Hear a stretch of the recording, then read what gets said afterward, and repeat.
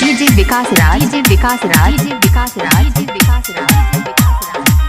किशनपुर चौक बरम बाबा रोड अम्बेडकर नगर आता नदी ना रही हम कुंवारे लगल बरहत अब आई दुबारे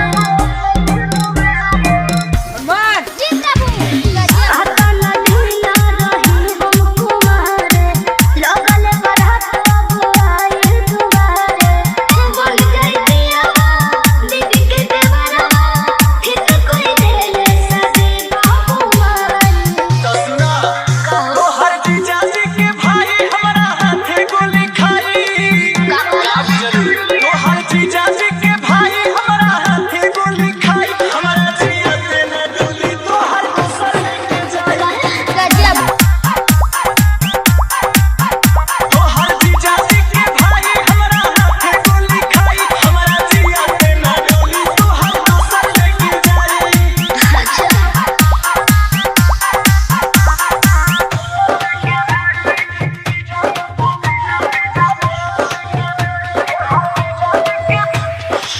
डीजे विकास राज किशनपुर चौक बरम बाबा रोड अम्बेडकर नगर हमरे इज्जत यहाँ न जाए हो खाता नहीं जान हम तोहरे नौकरिया कोई ना हम बुझल बांधी मोर पवन जाई महू देखा जानी हो। अच्छा। मन तहरा बाप के दामाद बनी हो। झूठ दे होए खून खाना को कहिया में अंगिया लगाई तो हर जीजा जी के भाई हमारा हाथे गोली खाई। का बुझलू?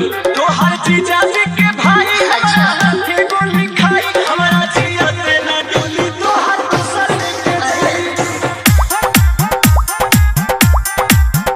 तो हर जीजा जी के भाई हमारा हाथे गोली खाई। हमारा जिया से न डोली तो हर दूसर लेके जाई।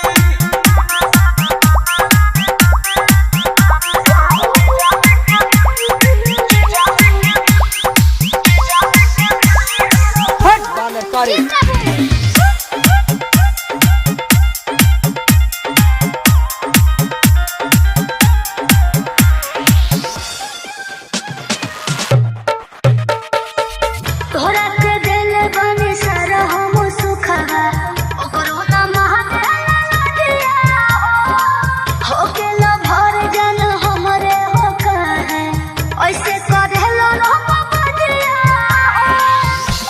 बोला ऐसे काहे करेला जित भाई बाटे हरदम प्यारी करे वाला के। अच्छा। हम दूसरा जा देखली हम शादी करे वाला के। गोलवा तो सुसना बस फिर आए चुप चाप हो गए ना हमरो विदाई तो हर जीजा जी के भाई हमारा हाथी गोली खाई। हाँ तो तो हर जीजा जी के भाई हमारा हाथी गोली खाई। हमारा जिया से न डोली तो हर दूसर लेके जाई।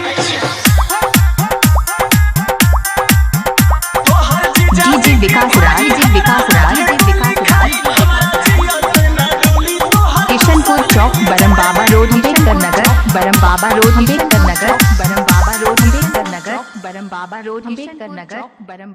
अम्बेडकर नगर